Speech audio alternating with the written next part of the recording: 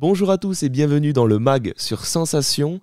Aujourd'hui, nous allons parler d'un challenge un peu particulier, le challenge inclusion créé par le groupe Apicil qui favorise l'inclusion des personnes, quel que soit leur handicap, maladie, précarité, origine, et récompense 3 lauréats ayant créé un projet en rapport avec l'inclusion sociale. Je reçois Mélanie Bidot. Mélanie, bonjour. Bonjour. Merci d'être avec nous. Vous êtes responsable du challenge inclusion au sein du groupe Apicil. Alors premièrement, expliquez-nous ce qu'est le challenge inclusion et d'où vient cette initiative.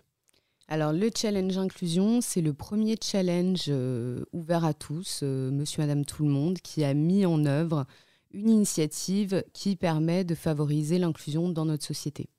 Donc ça peut être une association, un entrepreneur, une entreprise qui a mis en œuvre une initiative au sein de son organisation pour lutter contre les discriminations des personnes, que ce soit les discriminations liées au handicap, à l'état de santé, à la précarité sociale, aux origines, voilà. Pourquoi est-il important de favoriser l'inclusion de tous aujourd'hui en récompensant des personnes qui ont créé des projets luttant contre l'exclusion ? Déjà pour les faire connaître, parce que ce projet-là, le Challenge Inclusion, permet de mettre en lumière ces porteurs de projets, leur engagement, de montrer qu'il peut exister des solutions à ceux qui sont concernés par ces discriminations, peut-être leur faire connaître, et puis aussi sensibiliser le grand public qui n'a peut-être pas idée de toutes les discriminations qui existent aujourd'hui, auxquelles tout le monde peut être confronté un jour dans sa vie, puisque une situation de handicap, ça peut arriver à n'importe qui, à n'importe quel moment. De même pour la précarité sociale, on peut se retrouver un jour dans une situation financière délicate et notre monde peut changer autour de cette situation et mettre en avant ces porteurs de projets qui, eux, luttent contre les discriminations qui sont faites aux personnes du fait de ces états de fait. Ça permet aussi de sensibiliser le grand public à s'engager, à s'interroger en tout cas, et puis aussi, comme il peut, à pouvoir lui aussi lutter contre les discriminations. Ça, on peut parler d'un collègue de travail, d'un manager qui coach, qui accompagne un collaborateur en situation de difficulté. Donc l'idée, c'est d'avoir une espèce de cercle vertueux autour de cette opération pour sensibiliser le grand public et puis accompagner ceux qui en ont besoin. Alors pour revenir un petit peu sur le groupe Apicil, Oui. Qu'est-ce que c'est que ce groupe ? Alors le groupe Apicil, c'est un groupe à l'origine lyonnais qui est né en 1938, donc qui vient de fêter ses 85 ans. C'est un groupe paritaire et mutualiste qui fait de la protection sociale. Donc, c'est-à-dire qu'on assure les personnes, on assure toutes les personnes toute leur vie. Donc on fait de la mutuelle, de la prévoyance, de l'épargne, des services financiers, de la complémentaire retraite. Et on accompagne aussi les entreprises vers une offre de services pour garantir une meilleure qualité de vie au travail, le bien-être des salariés, qui sont au final nos assurés, puisqu'on compte 50 000 entreprises clientes au sein du groupe Apicil et 1,7 million d'assurés en France. Donc, étant donné notre structure un petit peu particulière, comme je le disais, on est paritaire et mutualiste, ça veut dire concrètement qu'on n'a pas d'actionnaire à rémunérer.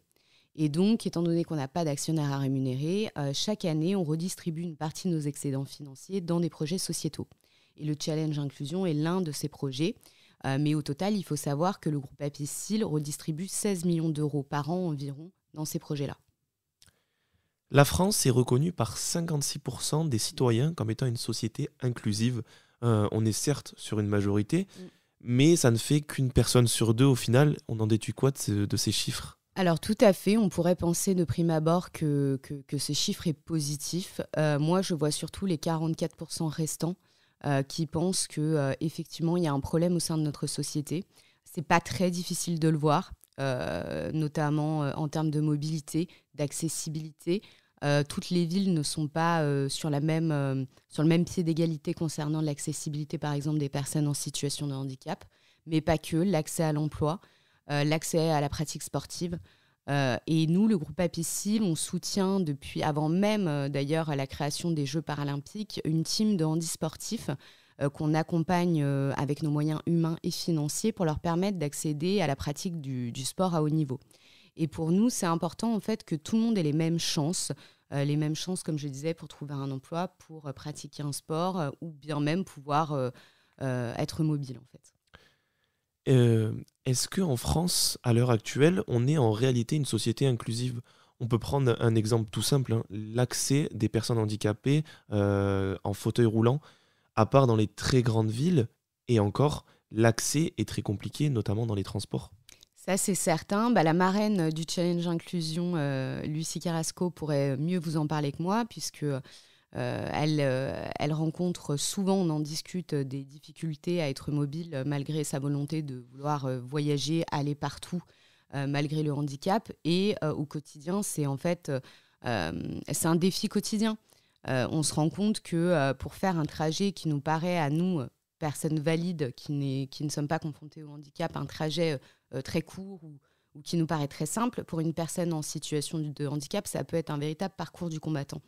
Et donc, on se dit, alors il y a les pouvoirs publics, effectivement, qui ont leur rôle à jouer là-dessus, mais on se dit que les entreprises du secteur privé et voilà, les acteurs économiques peuvent eux aussi participer à faire bouger les choses, que ce soit via des moyens financiers alloués à certaines organisations, des associations qui accompagnent des projets comme ça d'accessibilité, ou alors aussi via l'influence, puisqu'on travaille beaucoup en fait sur cette question de l'influence et comment, en se mettant en réseau d'entreprises qui veulent bien faire sur le sujet, on peut peut-être avoir un impact plus haut pour faire bouger les choses.